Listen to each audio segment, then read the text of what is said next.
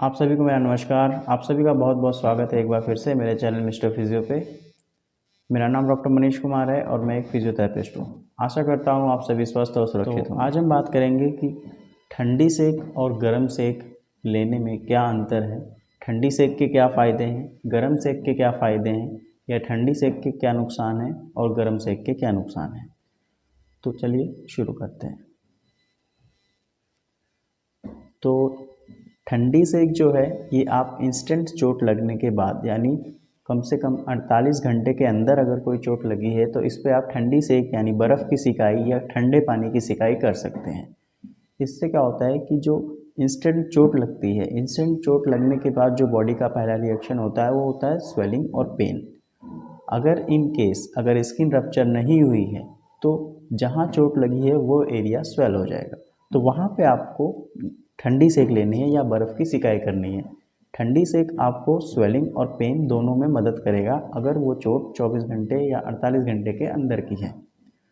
तो इस तरह की ठंडी सेक स्वेलिंग को और कम करता है और पेन, जिससे कि पेन रिड्यूस हो जाता है।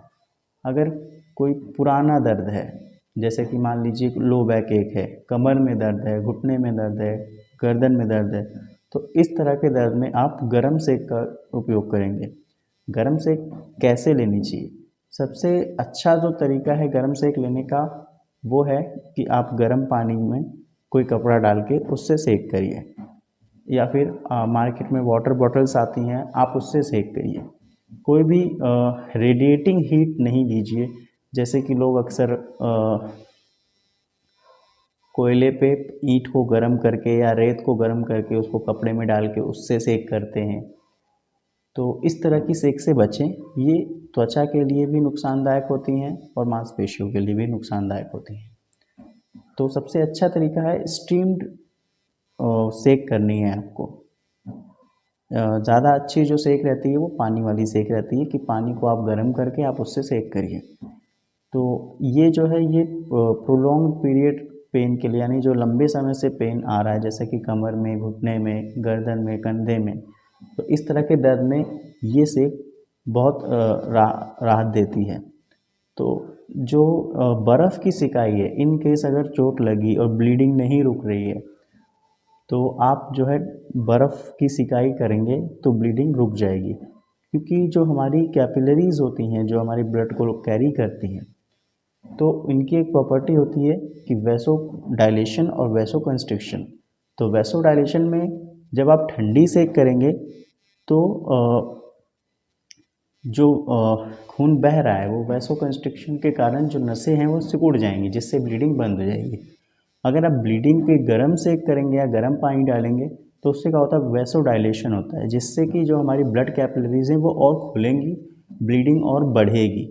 तो जब कभी भी चोट लगे तो आपको ठंडी सेक करनी है, बर्फ़ की सिकाई करनी है, जिससे इंस्टेंट जो है ब्लीडिंग रुक जाएगी। तो ये तो बात थी कि ठंडी सेक कब करनी है और गर्म सेक कब करनी है। तो अब कितनी देर के लिए करनी है, आइए इसके बारे में जानते हैं। तो कभी भी जब गर्म सेक करते हैं तो गर्म सेक, जैसा कि मैंने बताया कि जो बहुत लंबे समय से दर्द हो रहा है या 2 दिन से ज़्यादा का जो दर्द है उस पर आप गर्म सेक कर सकते हैं। तो कम से कम जो है आप 10 से 15 मिनट के लिए गर्म सेक कर सकते हैं। इससे ज़्यादा अगर करेंगे तो एक तो इसकी आदत लग जाती है कि बिना इसके आप फिर रह नहीं पाएंगे। तो इसके यूज़ टू नहीं होना है, तो ज़्यादा से ज़्यादा आप 10 से 15 मिनट तक गर्म सेक करिए। और अगर आप ठंडी सेक करते हैं तो ठंडी सेक के लिए आप मैक्सिमम 5 मिनट आप जिस जगह पे चोट लगी है वहाँ पे एक आइसिंग मसाज कर सकते हैं। तो क्या करना है कि बर्फ़ को जो है किसी कपड़े में पकड़ के या रैप करके आप जहाँ पे चोट लगी है वहाँ पे आइसिंग मसाज कर सकते हैं। तो ये ज़्यादा से ज़्यादा 3 से 4 मिनट के लिए होगा, इससे ज़्यादा आप नहीं करिए। तो ये है टाइमिंग कि आपको कितनी देर के लिए करनी है। तो आशा करता हूँ अब आप समझ गए होंगे कि आपको ठंडी सेक और गर्म सेक कब करनी है, किस कंडीशन में करनी है, कितनी देर के लिए करनी है। और इसी तरह की और वीडियो जानने के लिए मेरे साथ जुड़े रहिए। धन्यवाद।